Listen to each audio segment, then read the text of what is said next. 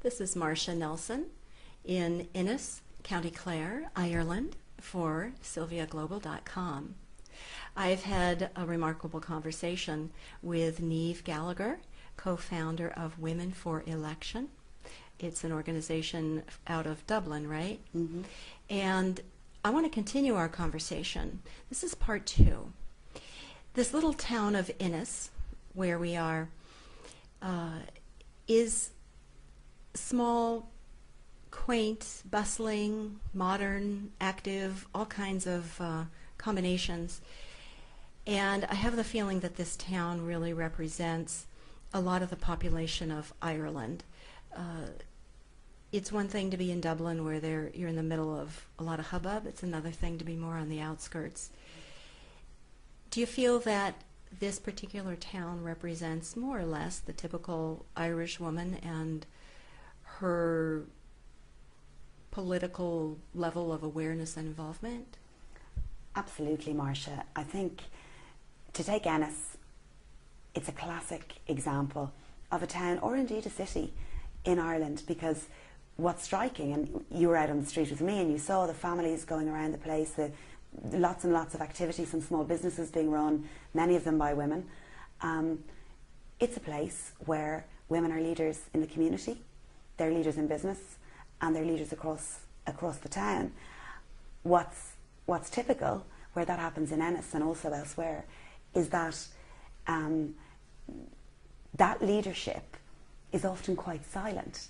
So the women are behind the scenes, they're running things, they're very active, especially I've noticed in going around the country, in voluntary organisations, in community level organisations, in building up local networks to protect things in the community, or build a new playground, get involved in the school, this kind of thing.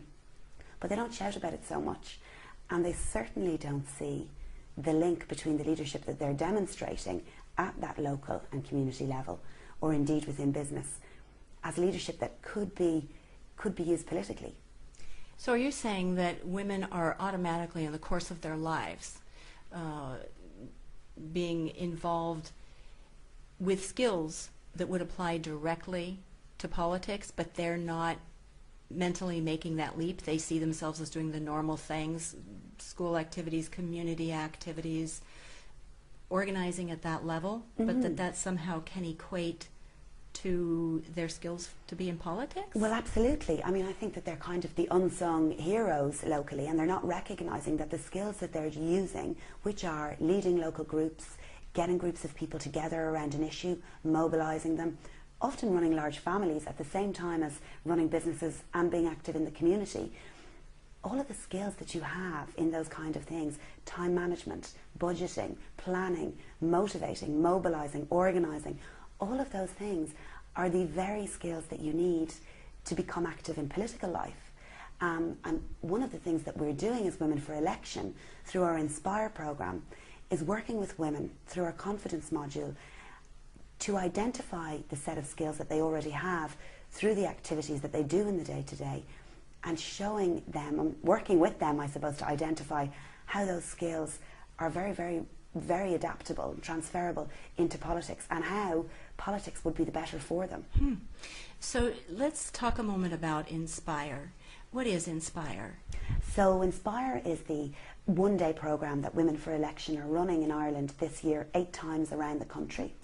So it's responding to the demand of women that we met around Ireland who are interested in politics but need some support to make the leap into a deeper activism. So Inspire is working on the kind of skills that those women might need to make that leap. It's focused on developing their skills in campaigns, confidence and communications. When women come to Inspire, do they come thinking, gee, maybe I want to be in politics? Is that what brings them here? It's a real mix, Martia, a real mix. So many women come who are active in politics at a local level. So they might be working in a constituency office. They might have done some canvassing around a local election. They might just be interested in the local issues, but they've never seen themselves as the candidate, but they want to know more. They want to understand a little bit more. Others come because they're leaders in another space, whether it's a trade union, a business network, a community group, and they've been told by others that they would be good in politics, and they're not quite there yet in responding to that call, but they want to learn more. And of course some come saying, yes, I'd like to be a candidate at the next election. But what's very striking on the day of Inspire, by the end of the day, is that yes, we get a number of women, and we had an amazing experience in Galway recently where 30 women in the room, and at the end of the day 3 of them rose their hand at the end of the day and said, I came here this morning not really sure what to expect and not sure where I fitted in, but now I know that I am going to put myself forward at the next election, that this is a duty that I have and something that I really want to do. And that's the ultimate for us. I mean, that's really our aim. But the other piece... So just a moment, let's let that sink in, because that's pretty significant. I think you're saying that from that one-day experience at Inspire, they were able to really see themselves, maybe for the first time with clarity, I belong in politics. I can do this. This is a place where my heart wants to take me. Yes, exactly. And not just this is the place my heart wants to take me, and now I'm ready to admit it in public. So it's not just something that I'm thinking about sometimes and then thinking, oh no, don't be so silly. I couldn't do that. I'm so busy, otherwise I wouldn't manage, and how could it possibly be me? But actually standing up and saying, I can do it. And part of that process is being in a room with 30 other women who are starting to make that decision as well, and realising those women aren't so different to me or to you, and seeing that if they can do it, well, maybe I can do it. So there's a really powerful collective energy in the room at Inspire, where the women, and they're from across parties in Ireland, it's all over the political parties send women on this programme, as well as women of no party who come of their own volition. So this isn't a partisan thing. This is something where the women are coming together to say, we need to do this to solve this problem that's bigger than any of us on our own. So it sounds like just in that Inspire Day, they are being role models for each other, that they really didn't have enough images that were like them before for them to really complete that step of seeing themselves actually in politics. Absolutely. So the admission is the first step, saying, yes, I would like to do this. I'm going to honestly say this is an ambition of mine. And then the second is having a peer there saying, you can do it. And I'm a bit like you and I'm going to do it. So there's a pressure element there too. And the other piece that's interesting about Inspire is that a number of women have come on Inspire, and at the end of the day, again in the piece where they have an opportunity to say what they got from the day, have said, you know, at the end of today, what I've learned is that I'm not the candidate. I'm not going to be a candidate. It's not my skill set, but I see where I fit in this bigger picture, and I would like to be a campaign manager for another woman, or I would like to support this woman here beside me because I recognise her leadership skills, and I see my organisational skills, my mobilisation skills in supporting her. So it also works with women to demystify what is involved in a campaign, who are the main players, and where can these women fit across an entire campaign. And what does it do in you, for you personally, when you see these transformations take place? Because you work hard for this. I know you do. You must have a lot of motivation. Yeah. What is that? Well, at each Inspire Day so far, that moment at the end of the day where people talk about how they found the day, I'm covered in goosebumps. I can't believe that these women are making that leap in front of me, and that our organisation, Women for Election, has helped them to make that transition. I just feel so empowered and so motivated by it. But also, I suppose, the reason that Michelle and I set up Women for Election is that we couldn't watch anymore our country be represented by 85% men, when we as women are 50% of the population, 50% of the talent. We didn't feel that it made sense. And we just really, really wanted to be part of solving that problem in a really practical way. So each Inspire Day, to me, is a building block towards getting where we want to be with this, you know, reaching a critical mass, I suppose, of women elected in Ireland. Niamh, how old are you? I'm 30 years old. So, and let's say a bit about Michelle, your co-founder. My co-founder, Michelle, is 39 years old. She is a mother of one young son. He's 5 years old. That motivates her enormously because she feels she wants him to grow up in a world where politics is balanced because of her deep-set belief and our belief that balanced decision-making is better decision-making, and we'll all benefit, men, women and children. Michelle's background is in the business world, and she also ran a number of campaigns. She was somebody who was interested in politics but worked in another space. And when we got moving around Women for Election and got motivated, she took that leap to quit her job and commit herself to this organisation full time, which was an enormous leap given her family status and all of that. But I suppose the two of us doing that and taking the choice to give up our jobs and make this real shows that we're serious about it, and that we're going to be part of making this change. That is a huge leap. So tell us her entire name, her last name too. Michelle O'Donnell Keating. Okay. She deserves to have her full Absolutely. name spoken forward Yeah. for what she's done. Yeah. Let's briefly touch upon the two other parts. You mentioned Inspire, which is just one day, or did you say a whole day or part of a day? A whole day, 9 to 5. Yeah.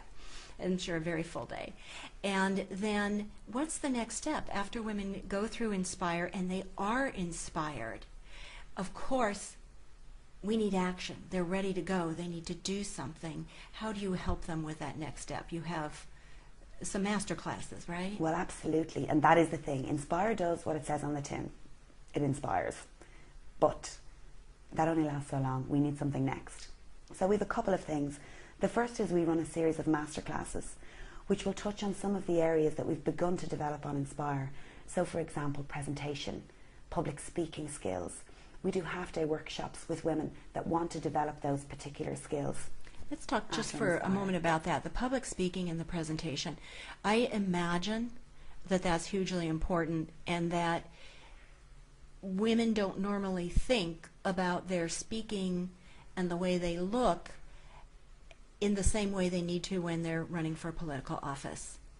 I mean, we can be really critical of ourselves, we can try to look a certain way, but I have a feeling there's a way that women tend to talk or might show up looking that would be different from what's going to increase their success in political office. There's a little bit of that, and I think there's also a link back to the confidence piece. Many of the women won't have had an enormous amount of experience of speaking in public, of standing up there to do the equivalent of a stump speech. In Ireland, a lot of our campaigning happens on the doorstep. So you have to be able to go from house to house, put out your hand and say, "Hi, I'm Martia Nelson. This is my pitch and this is why you should vote for me." And for many of these women, they won't have done that for themselves. They may have done it for another candidate, but it's something else to say, "I'm selling myself and here's my pitch." So the public speaking piece is about pitching yourself and telling your story in a way that connects with the voters and building your confidence in telling that story. So it's very, very practical. The presentation piece, I suppose, isn't perhaps as prescriptive as you might think, but it's about working with the women so that they're comfortable in how they are and who they are, and so that they're aware. Because like you said, people are going to judge us by how we look. So it's important to know that and to make decisions about how we look based on that. But that's not to say that if you're a woman who wears a flamboyant style of dress and that's very uniquely you and that's how you're known, that all of a sudden you start to wear a black suit and a white shirt. That's not what we're about at all. But it's about working with women around their own personality to develop their confidence further. So they have to really be able to present themselves, which flies in the face of all the messaging we've gotten to be modest. And if we do the right thing, people will figure out that what we do is valuable. When you go into politics, you really have to be able to just tell it. Absolutely. So that people have no question about it. Yeah. And decide. I'm guessing that you also decide. These candidates have to learn how to decide what is important to present, and not tell everything about themselves, but just to pare it down to something that's going to support their community, connecting with them personally, but being able to see them as very effective leaders at a greater level. Exactly. And part of the work there, I suppose, is around political messaging, which is something we work quite intensely with them around communications, the communications module. And it is that paring down. So it's very easy to develop a message that is 5 pages long because there's nothing left out. Whereas when you try to get your message down to 3 key words that describe you and why the voters in your area should elect you, above anybody else, that's much, much harder, and that takes a lot of work. And again, your presentation has to feed back how you look, how you act, how you behave, the clubs you're in, all has to feed back into those 3 words. You're constantly reiterating that message in everything you do. So then after the master classes? So the master classes are small, as I said, half-day options for women to engage in. And then we have our next big program, the Equip program. Equip? Equip, yeah. So after you're inspired, you become equipped. I like that. The Equip program is a 3-day residential program. Its development is supported with funding from the US State Department, who have invested in Women for Election to make this vision for Equip real. And it's a very deep program, working again on the campaigns, confidence and communications, but at a much greater level, and also bringing in some additional modules such as fundraising, which become important when somebody has actually decided, yes, I am going to run and I am developing my strategy. Also on the Equip program, we have a strand for candidates and a strand for campaign managers. So they will do some sessions with their campaign manager, which is, proving quite useful, because the role of the candidate and the role of the campaign manager are quite different, but they have to be as one in terms of how they're delivering the campaign. So that's kind of supporting them in developing that partnership. Do women think in terms of having that kind of a team behind them when they first raise their hand and say, I'm going to run, I'm saying it out loud, I'm going to run? Do they tend to expect to have that kind of support, or do they have to learn how to expect that kind of support and how to manage it? Yeah, well, they have to learn how to ask for it. And I think that is a little bit difficult. Many of the women we've spoke to would be running, as I said, large community-based organisations. They have no problem asking for support, and indeed for money, for those organisations. But you ask them to ask for support for them as an individual, or for money for them as an individual, and that's a very, very different piece. Some of the best campaigns at local level are won with just a campaign manager, an election agent and a volunteer manager. If you can get 3 people around you that are working just for you and exclusively for you and getting you elected, you can do it. So this is not about having 500 people on your team working in an enormous office. This is about getting your message really clear, getting your team really tight, doing your research so you know how many votes that you need and where you can get those votes, and then executing it. And once women see that kind of bite-sized nature of it, they can visualise how it's going to happen. How did you learn all this? I learned this through developing Inspire, although I did start my career working for a political party in Ireland as a researcher. And in that process, I learned quite a lot about how politics works. And I was very young, and I wasn't party aligned, I was just a staff member, and I found it all fascinating. But what I found most fascinating of all was that nobody knew how this was done officially. So there were people that knew, and you went to them to ask, how do I run my campaign, or how do I develop my fundraising? But it wasn't written down and it wasn't taught. It was kind of a secret. And then I went to the UK. I worked for a number of years in London, and friends of mine worked for political parties there. And there it was more structured. If you're going to get elected, these are the steps that you need to take. These are the people you need to engage. This is how you build your team. So I started to realise that we were missing a trick a little bit in Ireland. So I learned a little in England what was done, and then in the research process for Inspire, myself and Michelle engaged the top campaign people in Ireland across the parties and sat down with them for hours on end looking at, okay, what do we need to teach women? They were very giving, because it's universally recognised that this is a problem that needs to be solved, and each of the parties did want to make their contribution to solving it. And what was interesting about those meetings was that generally what each of the parties told us was more or less similar. So what they're doing is very similar, but still it's not shared. So we're breaking that down, and I have learned an enormous amount in the process. What is your connection to Yale? You did something at Yale. Indeed, and that's where I should have mentioned I also learned a whole lot at Yale. I participated last year in 2011 on the Women's Campaign School at Yale, which is a one-week non-partisan programme for women who want to run for office. This year, in fact, Michelle did the programme there in 2012, so we've both been to Yale. They work you very hard in building your campaign, developing your team, doing your fundraising, doing your research, and getting elected. And I learned a huge amount about both strategy and tactics at Yale. Your eyes light up when you talk about this. It sounds like you love that. Well, just to wrap up, I would like to know if there are women listening and watching who are feeling an awakening when they hear you tell these stories, and they are feeling like, well, maybe I could be in politics. There's some part of them that would love to get out there and make a difference through politics. What would be your advice to them? Well, my advice to them, first of all, would be just to do it. Don't sit there and think about it anymore. Decide what your next step is. We call it your next first step, or your first next step, because the first step is always easy. Your first step isn't becoming president. Your first step is maybe finding a little bit more about party politics at a local level. So, for example, at the end of the Inspire Day, we ask the women in the room to make 3 commitments to themselves. What they're going to do tomorrow, what they're going to do in a month's time, and what they're going to do in 6 months' time. So usually what they're going to do tomorrow is sit down and do some research into the local political parties, if they're not a member of a party already, and see where they would be interested in getting involved. For others, they're going to go and meet their local public representative and just find out a little bit more about their job. Then in 6 months' time, it might be becoming a full member of that party and starting to do some work locally for a candidate. And in 6 months' time, you might well be a lead campaigner on a campaign for somebody, or you might have found a particular niche for yourself. So I would say to women thinking about it, take one small step.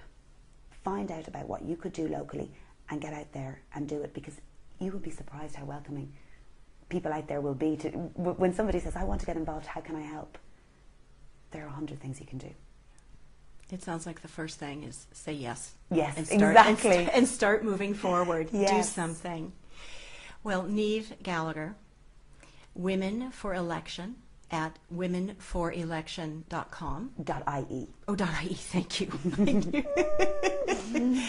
Say it again. Say the whole thing correctly. www.womenforelection.ie. And you also have a Facebook page. Facebook and Twitter. Excellent. So 3 ways to connect. Mm-hmm. I want to tell you, even though the name of your first one-day program for women is Inspire, you inspire. Thank you for talking with me. Thank you, Martia. This is Martia Nelson in Ennis, County Clare, Ireland, for SylviaGlobal.com.